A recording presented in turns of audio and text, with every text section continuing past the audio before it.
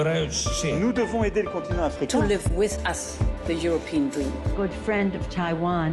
Europe Matin. Première étape de votre revue de presse internationale ce matin sur Europe 1, le Chili avec Joséphine Echelard. Bonjour Joséphine. Bonjour. Alors que lit-on dans la presse chilienne ce matin ? Eh bien, de l'importante augmentation des cas de Covid, 60% en 15 jours. Ça faisait plus de 2 mois que de tels chiffres n'avaient pas été enregistrés, rappelle la radio BioBio. Cette hausse est due à 2 facteurs. D'abord, les fêtes nationales à la mi-septembre où les familles se sont réunies.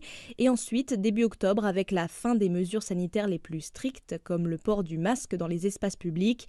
C'est ce qu'a expliqué un chercheur en santé publique de l'Université du Chili sur le site Infobae.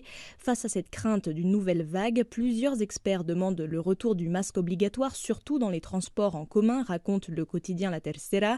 Mais le gouvernement n'envisage pas de nouvelles restrictions, étant donné que les admissions à l'hôpital pour des cas graves restent pour le moment sous contrôle.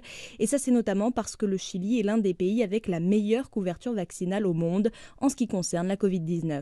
Merci Joséphine Echelard. On prend maintenant la direction de l'Afrique et du Kenya avec Charlotte Simonard. Qu'est-ce qu'on a à la une ce matin ? William Ruto déclare la guerre aux rebelles de la RDC, titre le quotidien The Nation. Le président kényan annonce l'envoi de troupes en République démocratique du Congo pour soutenir l'armée régulière. L'est de ce pays d'Afrique centrale est en proie à des combats sanglants relancés par les rebelles du M23, un ancien mouvement qui a repris les armes l'an dernier pour, dit-il, défendre la minorité ethnique Tutsi, marginalisée par le pouvoir. Il s'agit surtout de prendre le contrôle de cette région du pays riche en ressources très convoitées. Nous ne laisserons pas des terroristes nous priver de notre prospérité commune, a déclaré le président kényan. Selon la radio Capital FM, 900 soldats kenyans sont envoyés sur place. Des négociations de paix sont prévues à Nairobi le mois prochain. Merci Charlotte Simonard pour ces nouvelles du Kenya. Nouveau continent, à présent l'Asie et le Japon avec Bernard Delattre. Qu'est-ce qui a attiré votre curiosité ce jeudi ? L'absentéisme scolaire. L'an dernier, 300 000 enfants et adolescents ont manqué l'école pendant plus de 30 jours sans raison médicale valable, soit une hausse de 25% par rapport à l'année précédente. Cela affole le Mainichi. Un écolier sur 20 est en décrochage, c'est beaucoup plus que dans les autres pays industrialisés, et cela veut dire que dans chaque salle de classe, il y a un pupitre vide. Selon le Yomiuri, c'est dû à la peur du coronavirus.